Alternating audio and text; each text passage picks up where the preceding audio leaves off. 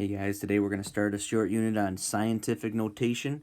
Remember, scientific notation, what it's used for, okay, obviously numbers in science in particular, but it's used for really representing really big numbers or really small numbers. Like let's talk about the distance, our planet is away from the sun or away from other galaxies. It's many miles, right? Well, as opposed to writing out some big numbers with all these zeros, we use something called scientific notation to write a shorter form of them. Or if you're talking about really small numbers, like how big an atom is, or a nucleus, or how much they weigh in terms of pounds, like, or even any kind of unit, it's a really small amount. So we use, again, scientific notation. So it's a way to represent really big numbers or really small numbers. That's why they're used so much, okay?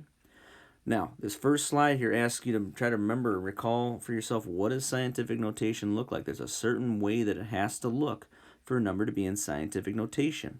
As a little hint right now, maybe take a look at the second slide and look at some of those numbers, and maybe that can kind of jog your memory in terms of which of these numbers are in scientific notation and which are not. Okay? Go ahead, pause the video right now and see if you can pick out which ones are in scientific notation. There's only 3 of them that are actually in scientific notation. All the other ones, as I call them, are imposters. Okay, they look kind of like scientific notation, but they are not. So go ahead and pause it, and then see if you can figure out which ones they are. Okay. Otherwise, right now here, I'm going to go through and give you the answers for which ones are in scientific notation. Let me start off by which ones, though, are not. And by looking at that slide below, remember, there's a certain way that scientific notation has to look. Let me talk about it briefly. Scientific notation usually has a decimal part of the number, and then times 10 to some power. Okay, and multiplying by 10 is kind of the magic key there that makes the decimal jump left or right. So going back up to the ones we have up here, notice that this bottom corner one, 7.05 times 8 squared, well, that's multiplying by 8. That's not going to be the trick that makes the decimal move left and right for us nicely. So this one is not scientific notation. And neither is this one. This one's just a power, 1.8 to the 7th power.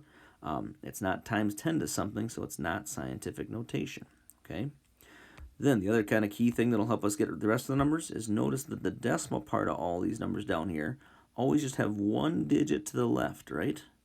There's just 1 digit to the left of the decimal. It can't be 0. It's got to be a significant number, as we call it, okay? Well, that'll give us a lot of the rest of the ones we can cross off on the first slide. So now I know 91 is not scientific notation. Again, 91.12 times 10 to the third. It looks like scientific notation, but because there's 2 digits here, it is not, okay?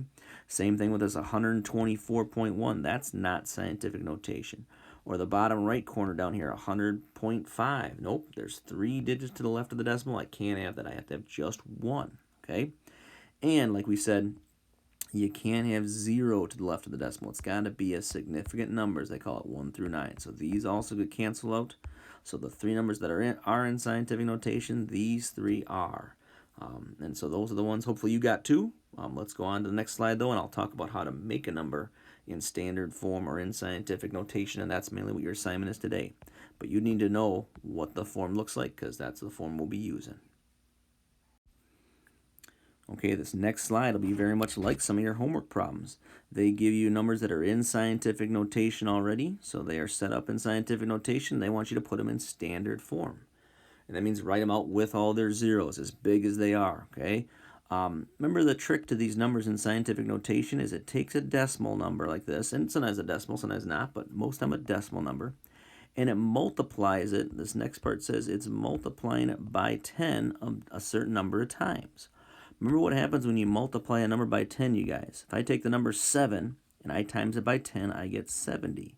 Or 70 times 10 gives me 700. Or 700 times 10 gives me 7,000. And you may think, oh, it's just adding a 0 to the end, but not quite. Remember, there's always a decimal at the end of a number. And what it's really doing is moving that decimal 1 spot over. And so that made it 70 now because we have to add a 0 to fill in the place. And then take a decimal, and take that decimal from 70 and move it over 1 spot. It made it 700. And then here's the decimal again, and times it by 10 again to move the decimal one more time. It's 7,000. Okay. If I use this example with a decimal number, take a look at this. If I have a number with a decimal over here instead, let's say it's 7.52, and I multiply this number by 10, it takes the decimal and moves it 1 spot to the right. That'd be 75.2. Or 75.2 times 10 would move the decimal 1 spot to the right would be 752, okay? Multiplying a number by 10 is a nice easy thing to do because I just moved the decimal one spot to the right. So take a look at these numbers. That's what you're going to do with these as well. 5.9 times 10 to the 12th. It's telling you how many times to multiply the number by 10. 12 different times, okay? And so I'm going to move the decimal 12 different times to the right to make this really, really, really big number. Now take a look. Here's what I like to do, okay? I like to look at the decimal. Here it is. And think, okay, I'm going to move it one spot, and that'll get it past the numbers that I have left, right? Now it's to the right of the 9. And I have to move it 11 more times, right? Now, if you want, you can make all the bumps. You can make 11 more bumps and keep going down the way. Or just know I'm going to add 11 zeros after that 9. So 5, 9, write the numbers you have there. And then I figured out I need 11 more zeros. 1, 2, 3, 4, 5, 6, 7, 8, 9, 10, 11. Okay, and then I backtrack and put a comma every 3 numbers. This ends up being 5,900,000,000,000 for my final answer for this one, okay? I'm going to go down to number 3 next. Okay, let me go in a little different order, but let me start with this one. Okay, so 4.78 times 10 to the 4th. I'm going to multiply this number by 10 4 different times. So I'm going to move the decimal 4 times to the right. So I'm going to go 1, 2, that gets me past the numbers, and then 3, 4, and then that's where the decimal will land. And I'll fill in zeros in those spots that didn't have a number. So 4, 7, 8, 0, 0. I end up adding just 2 zeros to the end because once I got past the number, I had 2 more times the jump, so 47,800. Okay, good. I'll go up to this number 2 next. Okay, number 2, I'm going to multiply this number by 10 3 different times. So I'm going to move the decimal 3 times to the right. We'll take a look at this number. Here's why it's important to know that it's not just adding zeros, you guys, because I'm not even going to add any zeros to this number. I'm going to move the decimal 3 times. 1, 2, 3. Here's where it's going to land. And I didn't even get to the end of the number. 8,210. Oops, I wrote the wrong number. I said it right, but wrote it wrong. 8,210.3 is what I end up getting for an answer there, because the decimal didn't even make it to the end of the number. So that can happen. So again, realize it's not just tacking on zeros. It's how many times do you move the decimal, okay?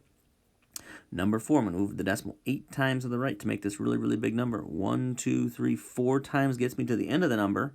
So I got to go 4 more times. 1, 2, 3, 4. So I'll have all those numbers, 1, 2, 3, 07, and then 4 more zeros, okay?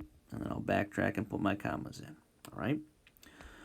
So far, so good, okay? Take a look at those last 2. Now, I said at the beginning, scientific notation is a way to represent really big numbers or really small numbers, okay? When you have a negative exponent, okay, we've learned about negative exponents. It's kind of like we talk about the reciprocal, right? What you can really think of for these is it's like dividing the number by 10, okay? And you divide it by 10 3 different times. Well, if you divide it by 10, it's going to make a really, really small number. So think negative exponents mean your answer should be a really, really small number. I'm going to move the decimal to the left in this case. So here's where the decimal is. I'm going to move it 3 times to the left. I move it once to get over the 2, and I got to move it 2 more times, and that's where the decimal is going to land, okay? So I'll have the decimal, 2 zeros, and then 2, 3. I still also have to put a 0 in the very front. Okay, oops.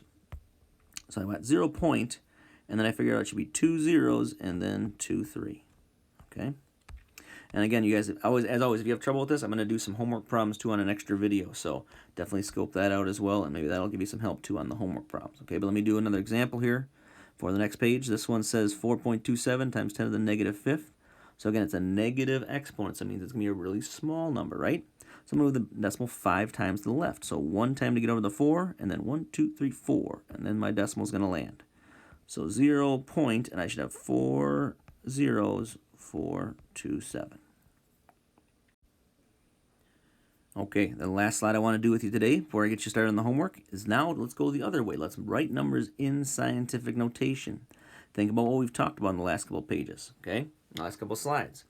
To write a number in scientific notation, there should be 1 digit to the left of the decimal, okay?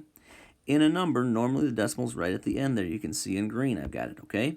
But we're going to pretty much pick that up and put it somewhere so there's just 1 digit to the left of it. Where would that spot be in this number? It'd be right here between the 4 and the 5, okay? So I'm going to start off by making this in scientific notation. I'm going to write 4.502.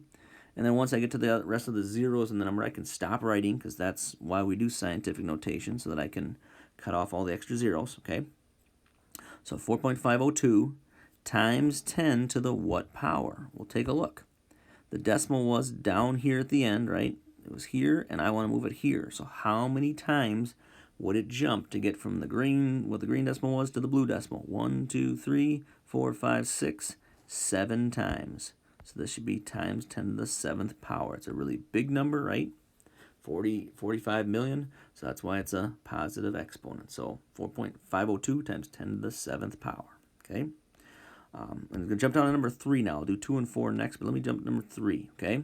This one too, the decimal is really at the very end here, but I want to move it so there's just one digit to the left. That's the big decision you got to make in these.